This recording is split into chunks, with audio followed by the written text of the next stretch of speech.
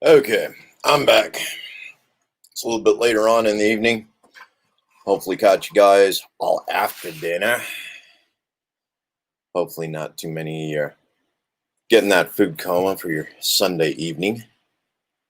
But welcome to my podcast. I am Joe Evans. I'm your first congressional candidate for. Still working on that. I'm your Congressional District 1 candidate for Idaho, Libertarian. Yes. See my little website there. That's where you can go to contribute to my campaign. Keep things running, keep things moving. If you go back into the post, you'll actually see all the other platforms that I broadcast this on. All simulcast, yes. I'm so technically savvy. Look at that squirrel. Squirrel. Oh, yes. Anyway, back to the issue. Tonight is Sunday night. It is an Ask Me Anything.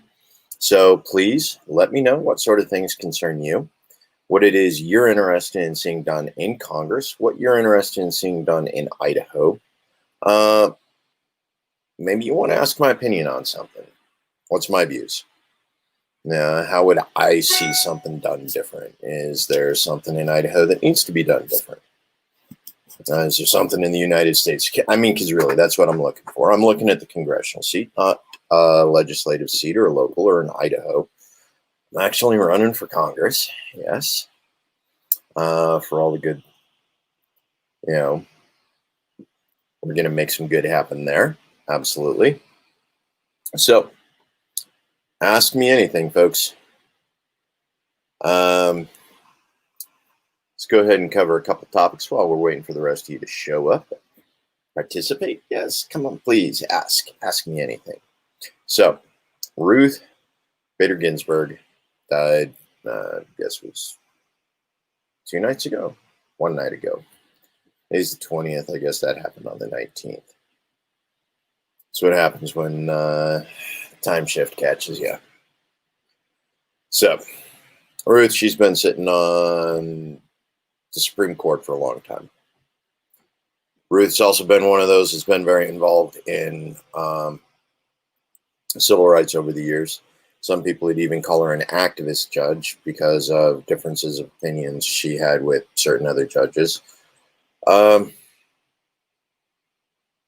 lot of Americans' relationship with Ruth is complicated for understandable reasons. A lot of people say that during her time on the court, she had significant growth. Matter of fact, we had a couple cases come straight out of Idaho that she had very significant influence on regarding the way that things went. I guess I'm stuck with a bright light. Yes, I am. But regardless, we now have a vacancy. Now, one of the nice things about having Ruth on the, Justice Ginsburg on the court, which she did believe in civil rights. So she was one of those votes that was very much against several of the rules and clauses that were inserted into the Patriot Act. So Ruth, Justice Ginsburg, was very much against a lot of what was in the Patriot Act. We no longer have that one individual creating that barrier between the Patriot Act and American citizens anymore. Most of you are very much aware that the last justice that was picked by Trump, Kavanaugh. Kavanaugh is very much a fan of the Patriot Act. Now, the odd thing is the Patriot Act allows black bagging of U.S. citizens for miscellaneous reasons, and they don't even have to be justified. Literally, you can pick somebody off the street, hold them indefinitely, until you decide it's time to release them, if you decide to release them. And that's a problem for me. It's a problem for a lot of libertarians. And we've seen the testing grounds for the catch and release in several cities across the United States. Started out in Portland. Yeah, Dark Sage, what you got? Let's have it. Provided I can actually talk about it on a family-friendly environment here. But they've already gone through Border Patrol in places like Seattle, Portland. They've gone and exercised, a catch and release program to see what the tolerance is for it at this stage in America. And I think they've sort of come to the conclusion that they can pretty much get away with it with the majority of Americans still. American Civil Liberties Union is protesting it. There's several other organizations that have been protesting it. But at this point, the bulk of Americans are perfectly happy with what's happened in a couple locations. The Portland incident is another big one. The reason why the Portland incident is a big one is because without a trial, an individual was executed by the state purely on the suspicion that they were indeed the individual that was identified in the video. Video was grainy. Development. Was the guy a bad guy? Yeah, the guy was a bad guy. Still, it's not the job of state to conduct summary execution, extrajudicial execution. Doesn't matter how bad they are. That's not the state's job. Right to self-defense, individuals killed in the moment while somebody's defending themselves, it's one thing. State with more than adequate firepower to take the individual unharmed should not be executing them in the process of an apprehension. It's just my thoughts. Now, Ruth was Pittsburgh. Okay. Let's go ahead. Dark Sage, your question. Been a lifelong Republican, not conservative, more moderate than anything else. Idaho is effectively a one-party state with a Republican Party-dominated Senate and House. Not sure what party you belong to, but how would you hope a way or reach out to a moderate Republican like me who may differ from the National Party in terms of issues? Well, that's actually pretty easy, Dark. I'm a libertarian. That means I'm more socially liberal. I'm more fiscally conservative.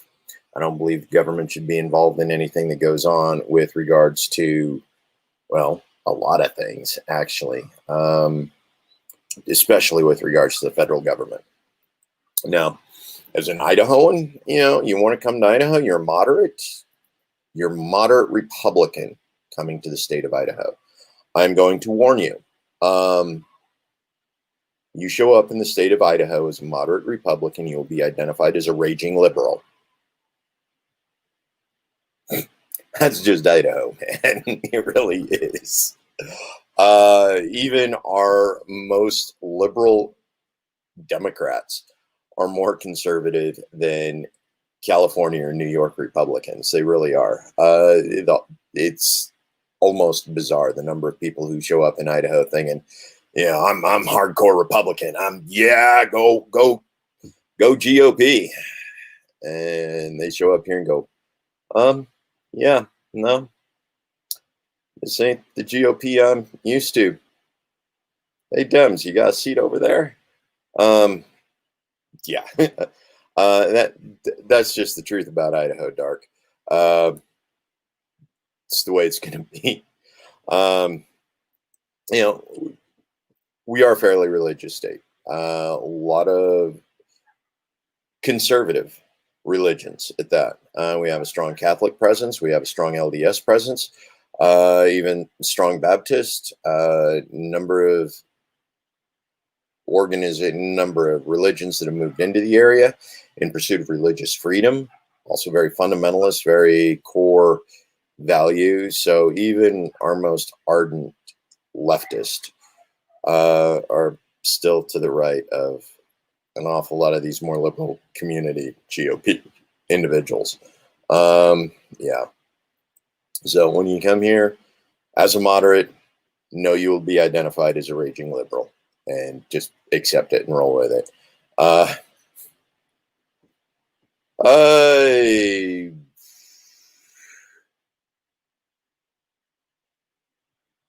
not at this time.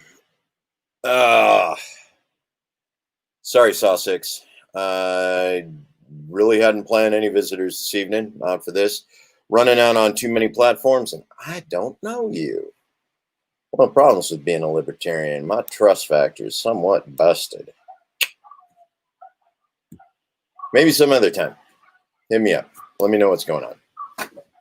Okay, so, but now we're looking at a situation. Last justice that was assigned to the Supreme Court.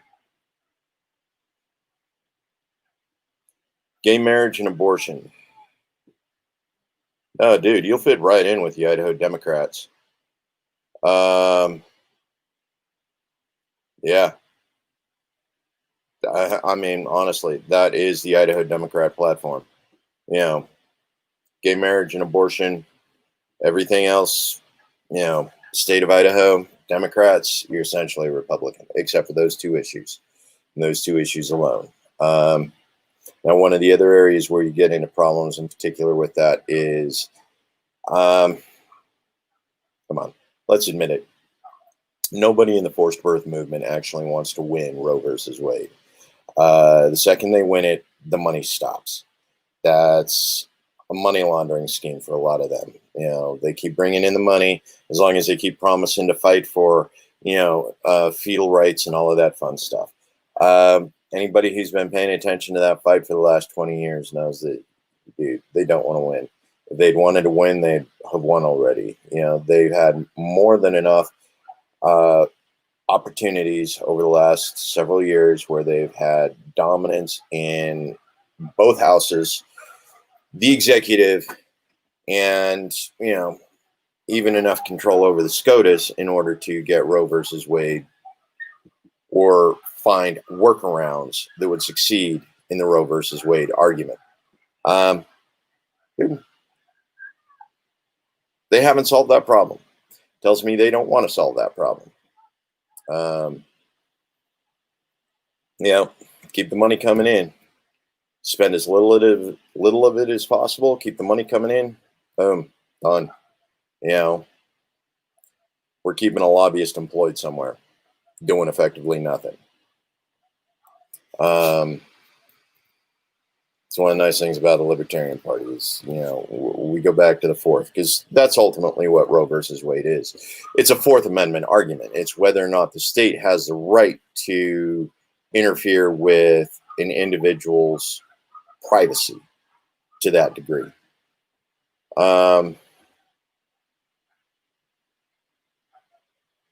Oh, dude, Dark Sage. Oh, no. See, you're a Democrat in this state. Tried and true. You show up here, you might as well register blue. Yeah. Yep, you show up in Idaho, you might as well register blue, because that is not an Idaho Republican. Sorry, man. It's also not an Idaho Libertarian either. Idaho Libertarian platform, it doesn't matter which state you're in. The right to bear arms shall not be infringed. Period. A lot of the laws, alcohol, tobacco, and firearms organization, libertarians want it done away with.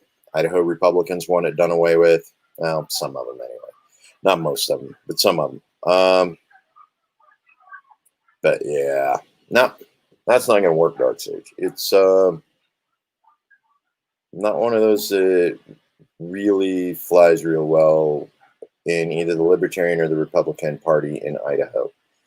And even within regards to the Democrats, a lot of the Democrats, especially after this COVID thing, a lot of Democrats that used to be very much against guns, well, they're all gun owners now for rather scary reasons. Yeah, that's going to be an interesting one because, yeah. Yeah,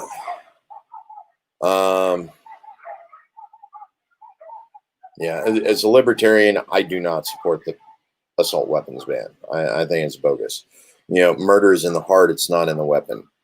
If a murderer actually wants an assault rifle, if they want a full automatic weapon, they're going to go out and they're going to find it if they feel that that's what they need in order to do what it is they want to do. So all prohibition does is it prevents law-abiding individuals from owning and possessing self-defense, while criminals are allowed to continue to own and operate, not legally, of course, but they will still possess, they will still have on their person, the ability to do great bodily damage via illegal firearms, and your average civilian will have no defense against it. That's not one of those things we're real good about. So yeah, again, hate to tell you this, but you come to Ruby Red, Idaho, you're even going to have trouble fitting in with some of the Democrats. That said, Boise, you like living in Boise? Boise's a nice little blue bubble. Little expensive at the moment. Make sure you bring your job with you because there isn't a job here for you. Is what it is, man. Is what it is. So, what else we got? So, yeah, I'm going to get back to Patriot Act again. Okay, a lot of the Patriot Act decisions pretty much came down with Justice Robert being the split. Now, the thing is we go ahead and add another real conservative, real pro Patriot Act judge to the list, which it is very much within the possibility of, especially if they're as pro Patriot Act as Kavanaugh was. Roberts, a little bit of this, a little bit of that isn't going to fly anymore. You're almost going to get exclusively conservative judgments coming out. And that's going to be especially so with regards to the Patriot Act and all of the modifications that have been made to it through the different NDAAs. It's the National Defense Authorization Acts. It's been used to actually modify the Patriot Act several times over the past 19 years. Yeah, it's been 19 years, folks. How's that feel? You feeling old yet? I know I am. But yeah, we go back to those issues where we're looking at basically everything in the Patriot Act because we are currently in a state of emergency. Believe it or not, there are something like 19 state of emergencies, federal state of emergencies that have never been resolved. You know what? I'm actually going to have to look that up because 19 sounds a little high.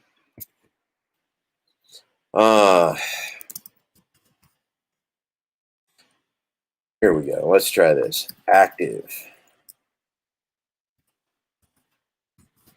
federal state of emergencies. List of national emergencies in the United States. Current. Ooh. Here's one. This one was from Carter, man. And this, blocking Iranian government property. That's still an emergency order. Current from 1979. Whew. There we got one. Here we got one. Clinton wrote proliferation of weapons of mass destruction. That's export of weapons. Got another one under Clinton. So this one's going to be 3. Prohibiting transactions with terrorists who threaten to disrupt Middle East peace process. Wait, isn't that us? Oh, yeah, anyway. Iranian petroleum resources. That one's a Clinton one. Blocking assets and transactions for significant narcotics traffickers. That's 5. Maritime. 6. National emergency relating regulation of anchorage and movement of vessels. 7. Sudanese government. Another Clinton one. How many am I at there? That's 7. 8. Bush. Blocking property and persons who threaten international stabilization. Bush, continuation of export control regulations. Bush, declaration of national emergency relating certain terrorist attacks. It's the 2001 state of emergency. Persons who commit, threaten to commit, or support terrorism. Blocking property, undermining democratic processes in Zimbabwe. And we still have an emergency order from 2003 regarding Zimbabwe. Okay. Developmental funds for Iraq, other properties. Bush again, blocking certain persons, prohibiting certain goods to Syria.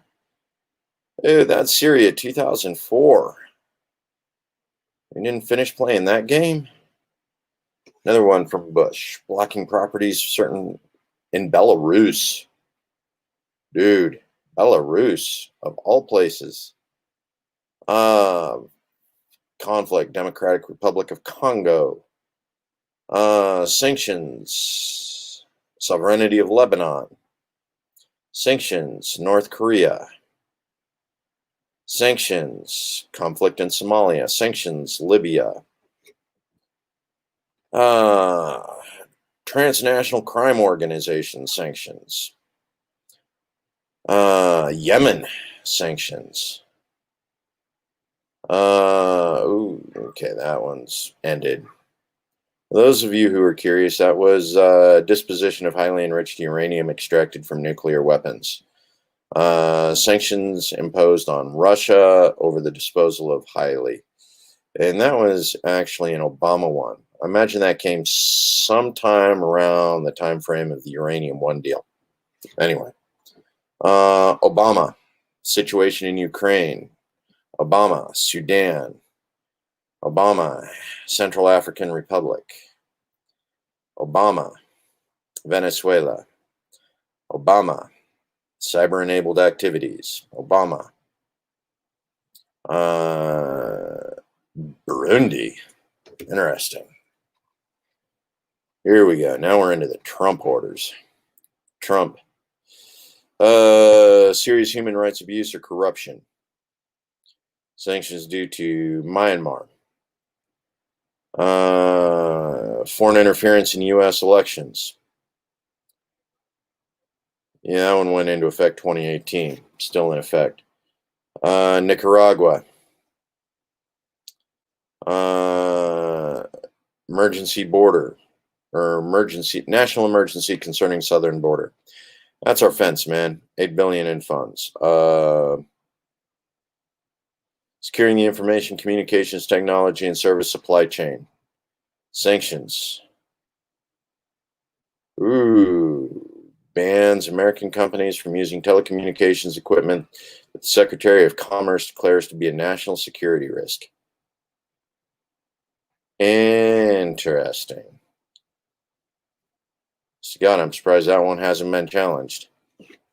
Public health. Novel coronavirus disease.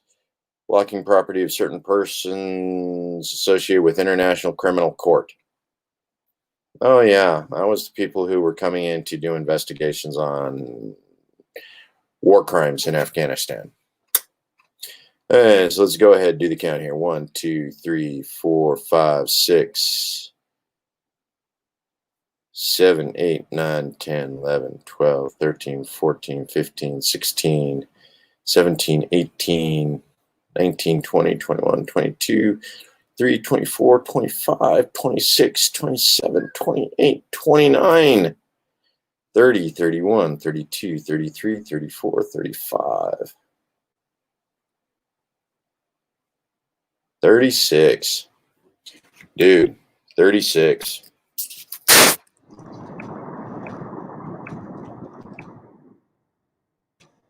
Let's go ahead and take a look at this. See exactly what it is we're dealing with.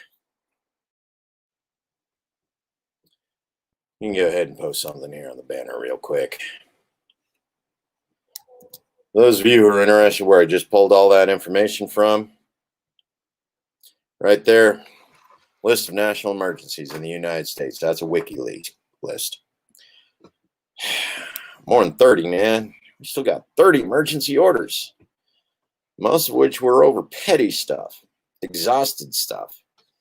And geez, 1979, Iran still in effect.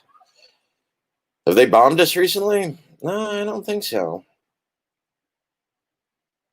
Anyway, no, there's some people that dispute that with me, but it's all right.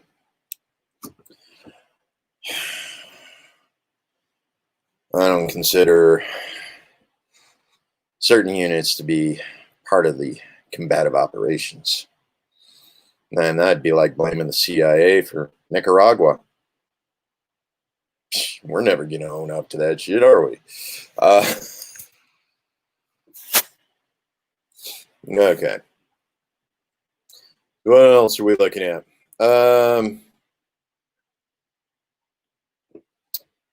World politics. Okay, go ahead. Send it, Sage. Let me know what your question about world politics is.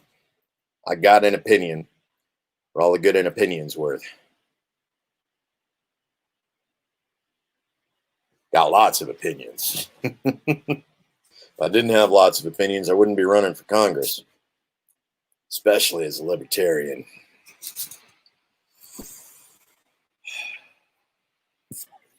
But yeah, 31 emergency orders, man. Jeez. At least half of those can probably just be wiped off the deck, you know. I mean, could you imagine Joe Jorgensen coming in and saying, hey,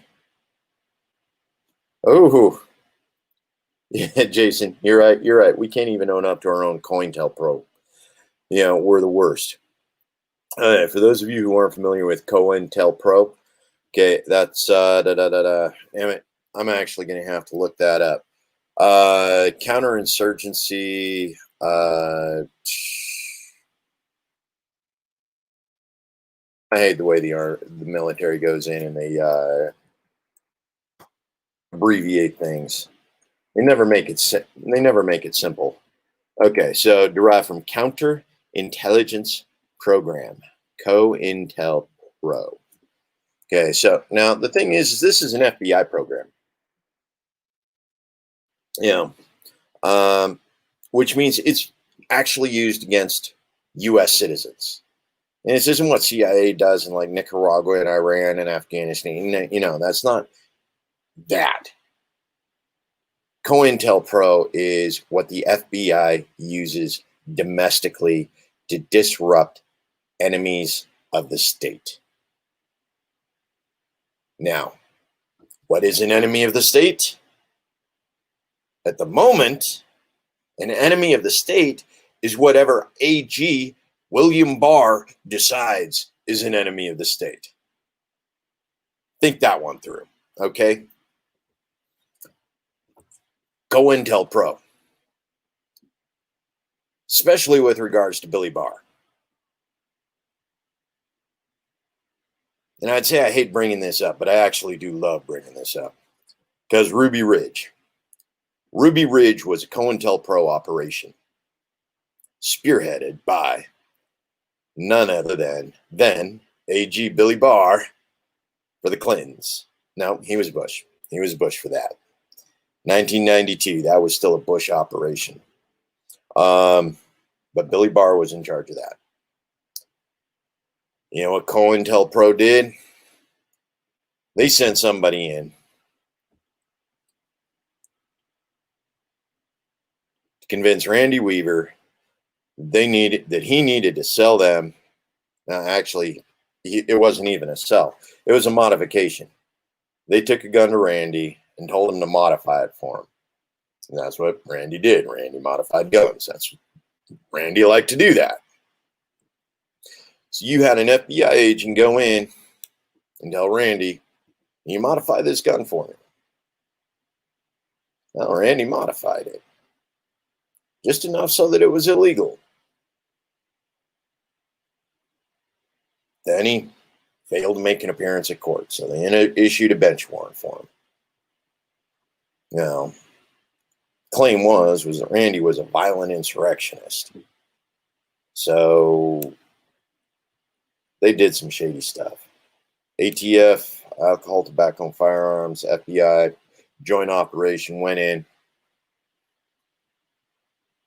It's starting to sound like Waco, isn't it?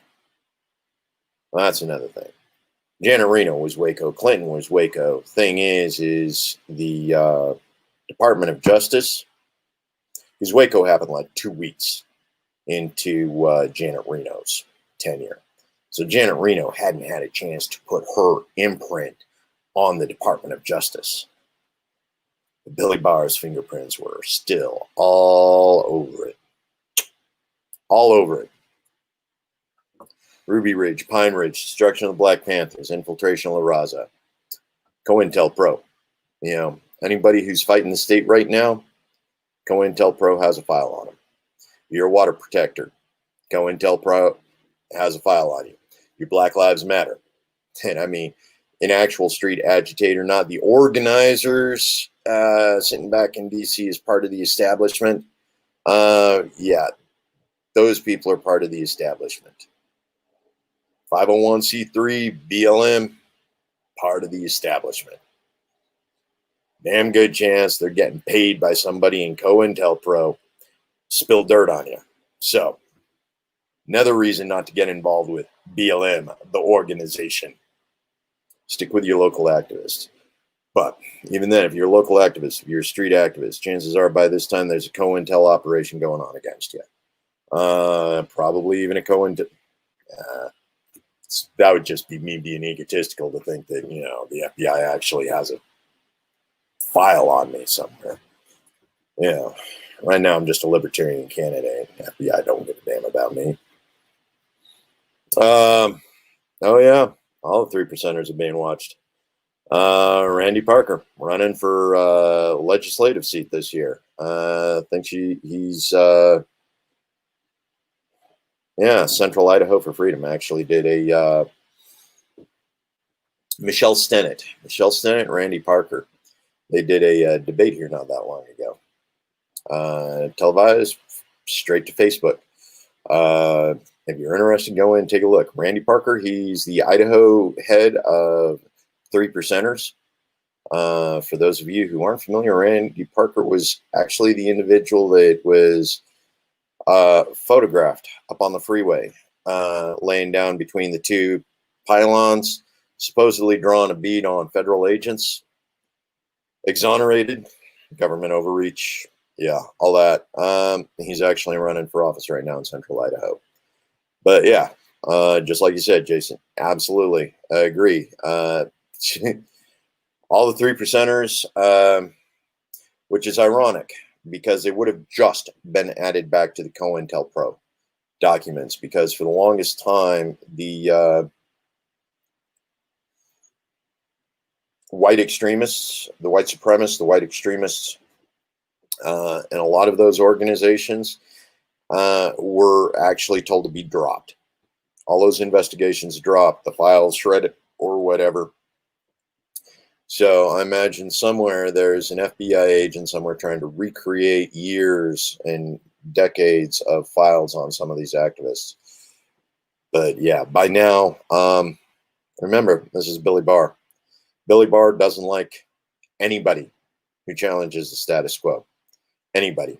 And he'd just as soon shoot you dead than have you stand trial. Yeah. And now he's got the Patriot Act to back him too. You know, as if it wasn't bad enough, back in 1992, during Ruby Ridge, in 1993 during Waco, you know, when you had senators on the Judiciary Committee like Joe Biden, you know, providing this nice little overwatch, allowing, you know, Billy Barr to continue doing what he was doing, letting the Department of Justice continue to do what they were doing. You know, even before we had the Patriot Act, we had a Department of Justice that was already doing a lot of things that the Patriot Act has finally made legal. So yeah, about that. Who knows? One of these days. I'm not involved enough. I'm not insurrectionist enough yet to actually get a target painted on my back by those boys. But Ryan Parker, pretty sure he does. Some other individuals as well. Hopefully, Ryan's the only one I know. But yeah, COINTELPRO. We won't even own up to our own stuff on that. FBI has been committing human rights violations, under different Department of Justice heads. Like I said, AG Billy Barr back in 92, Janet Reno in 93. Even more recently, right? Patriot Act, totalitarian's wet dream, use of CIA protocols and Homeland, Department of Homeland Security. It's what it is, man. It's what it is. Department of Homeland Security, Patriot Act, authorization of the CIA playbook on U.S. soil against U.S. citizens. Further reinforced by Obama, of all people, by authorizing some variation. What was it? Propaganda Act. Yeah, he actually signed something that allowed propaganda to be used on U.S. citizens, which is really scary, especially when you step back and you go, oh, wait, didn't our new president, I shouldn't say new, he's been there for 3.5 years. Didn't our president just say something about mandatory patriotic education or you won't get your Department of Education funds?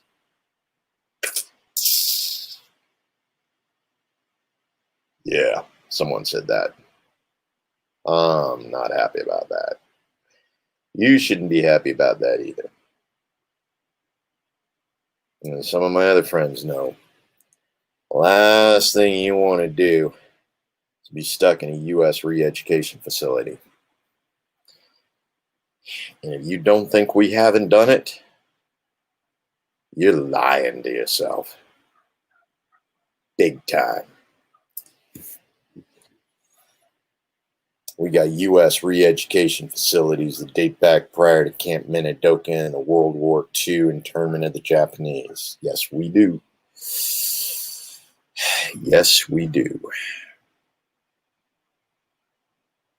Jesuit priests, man. It's all right. We won't get too much into the darker history of the United States and our sins. Not in this conversation, anyway. We got so many current ones. But anyway. Dark Sage, come on. You had a question. What was the question? World politics. What do you think is important?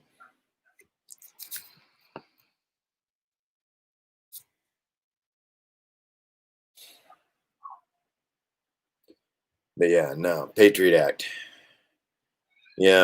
And it's unfortunate because, as I was mentioned earlier, the Patriot Act, totalitarian wet dream. It's been in place 19 years now. It's been in place 19 years. There have been several times when it's been challenged successfully with the previous court while Ruth Bader Ginsburg was sitting on it. Thing is we replace it. A lot of that case law is still new enough that it can be challenged. It's not like we're going back 100 years to, God, what was it? What was the slavery statute that was such a big deal when the Republicans screwed it up? Okay. Where do we stand in the world power game?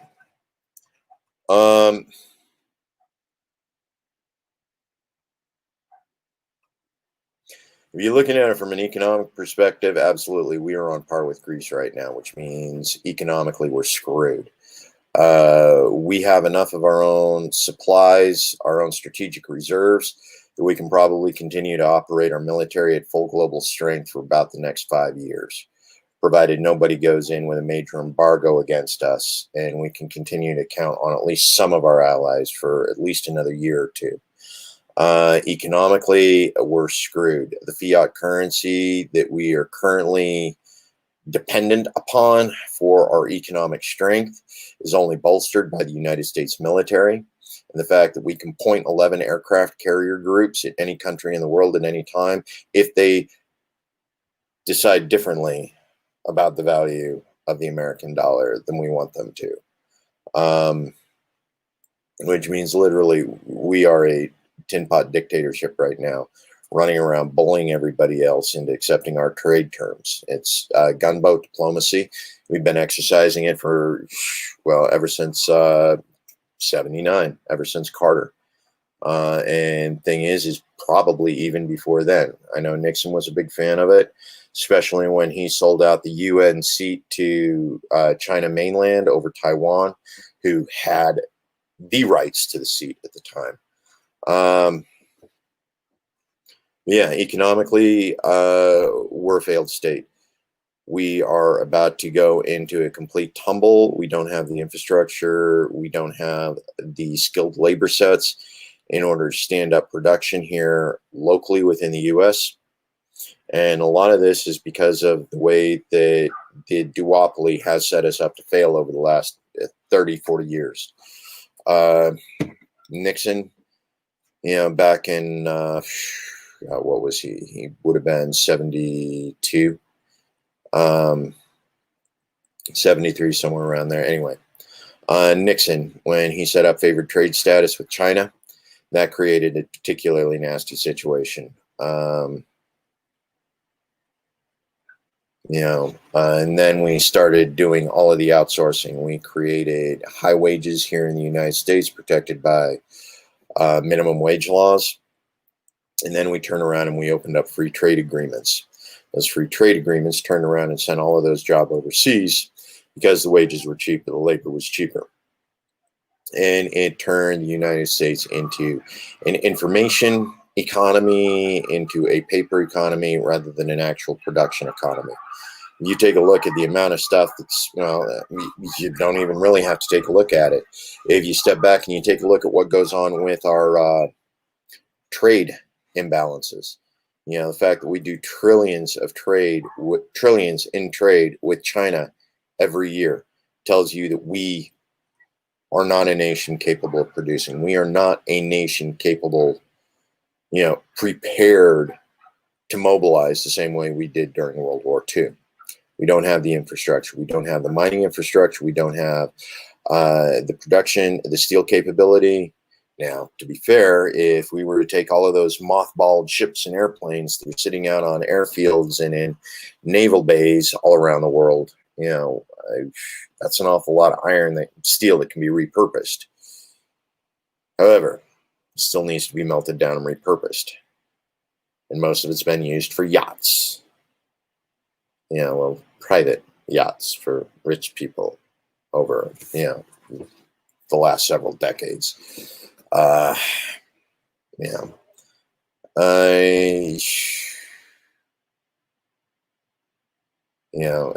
that's one of those things. It's really dangerous.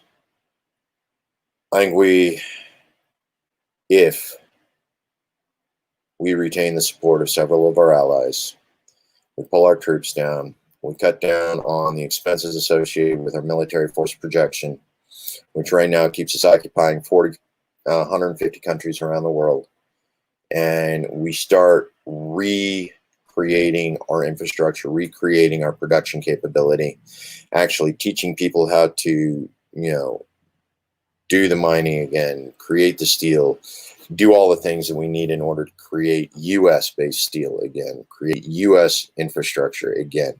If we get a lot of the barriers to innovation removed, if we remove the intellectual property rights that's preventing development on some of those technologies, some of those innovations, some of those disruptive technologies, so that we can utilize it here in the U.S., hopefully not in the same way China's using it, and to violate human rights, but actually start doing innovation on technology to recreate that strength, recreate the innovation, recreate that brilliance that was America back when Tesla was here. And even when we, brought in, scientists like Albert Einstein and a number of other individuals, If we can maintain those alliances, those allegiances, through the next 5 years, we can do essentially what we did in World War II, and that is completely change our infrastructure in an emergency way so that we can then, once again, be doing our own production. Once again, being an independent nation.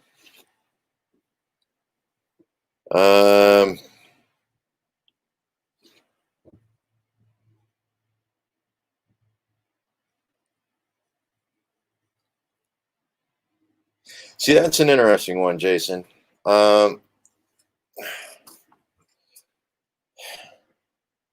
Theoretically, if 45 wins again, I'd say we still got peace with China for another 4 years. A lot of it depends on who replaces Trump. And Trump's been playing the game.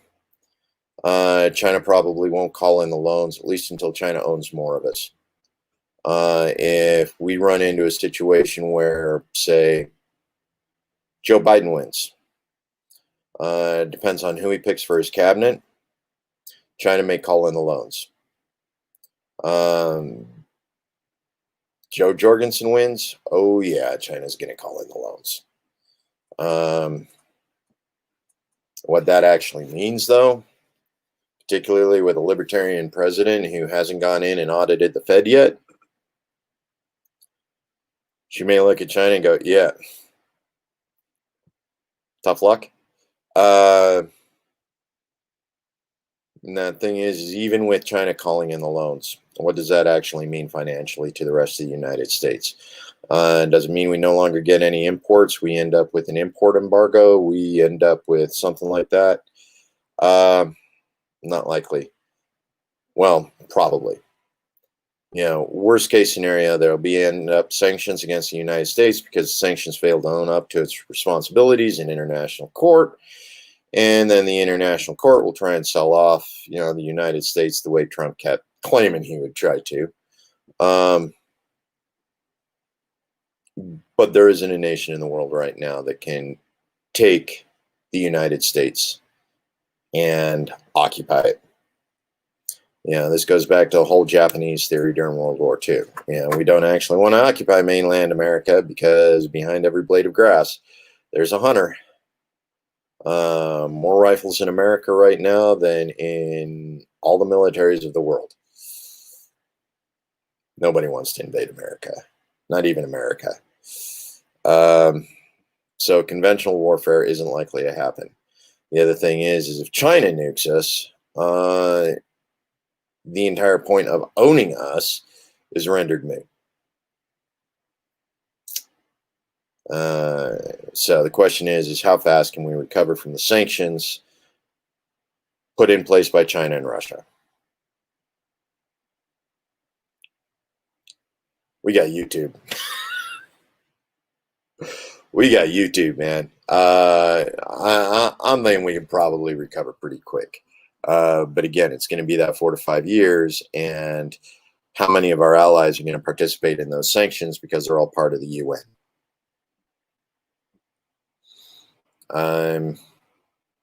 Can we count on South Korea? Yeah, they're within nuke distance of North Korea. They're within nuke distance, Can we count on Great Britain? Can we count on France? Can we count on Germany? I don't know. A lot of our former allies have been significantly alienated. And we probably will have to, start from scratch. Beautiful thing about that is all of those multinational corporations, yeah, we won't need them anymore because they won't be doing us any good, and we can't bail them out anymore. I see an awful lot of international corporations just folding up and taking off. But yeah, no, I don't think we'll end up with a nuke. However, trials and tribulations are not going to be fun. Yeah, Germany's going to bail on us. They got no reason. Most of Europe, they're in no position to fight a fight with us. Not on that scale. It's one thing when we got little petty Bush wars running around the world right now. We got Like I said, we got troops in 150 countries, most of which we're actually exploiting right now. We were ever put in a situation where we truly had to defend those outlying positions against the Chinese who have established bases in Africa, or against the Russians who are bordering most of the countries we currently occupy in Southeast Asia or Southwest Asia, as well as, so the question is do we pull our troops home while we're still at peace with the rest of the world, or do we just leave them all hanging out there for when we decide to start World War III? I really hope they're home by then. It's an awful lot of American kids out there.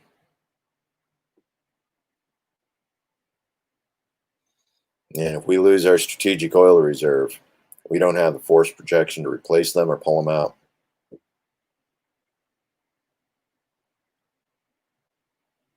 That's going to be a tough one.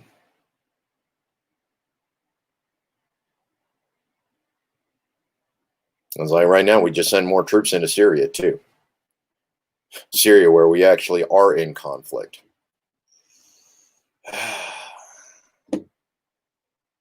War is never good for the economy. Only reason why the war worked out for the U.S. was because after World War II, we were the only industrial nation left in the world that hadn't been blown to smithereens. Meanwhile, populations all throughout Europe got crushed. All throughout Africa got crushed. We can't forget the plague that was part of the World War I issue as well. Famine, disease, death, all that fun stuff. War is good for the rich. And this is what it's good for. War is good for the rich.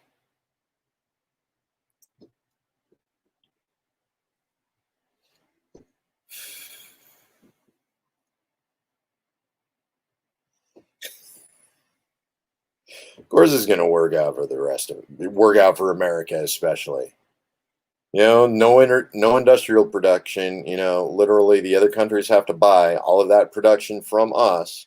After we spent 4 years with ration cards, to determine whether or not we had enough gas to get from point A to point B. Whether or not we had rubber for the tires for our cars, because they needed all of those tires on those AMC Jeeps we were sending overseas. Yeah.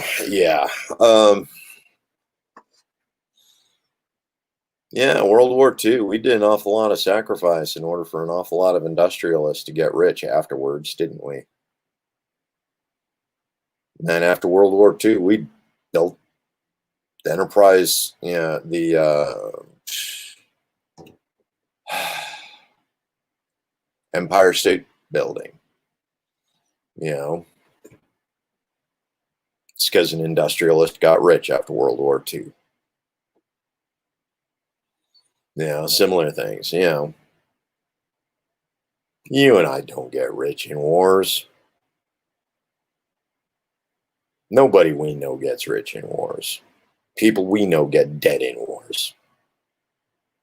Doesn't matter whether they're small, doesn't matter whether they're big. Your friends and my friends get dead. Someone else gets rich. Anyway, it's been a long night. It's closing in on 8, folks. Thanks for the conversation, Jason. Appreciate it. The rest of you guys out there, Sage, thanks for joining me tonight. Thanks for the conversation. Good times. It's pizza time. Yes, it is. Remember, like, share, comment, tell your friends about me. Donate to my campaigns. Scrolling across the bottom there. It's going to get me in Congress so that I can make peace happen. One country at a time. We'll get our troops home. Bring them all home. Remember, folks, family, friends, community. It's what's going to get us through. You take care of yours, and yours will take care of you.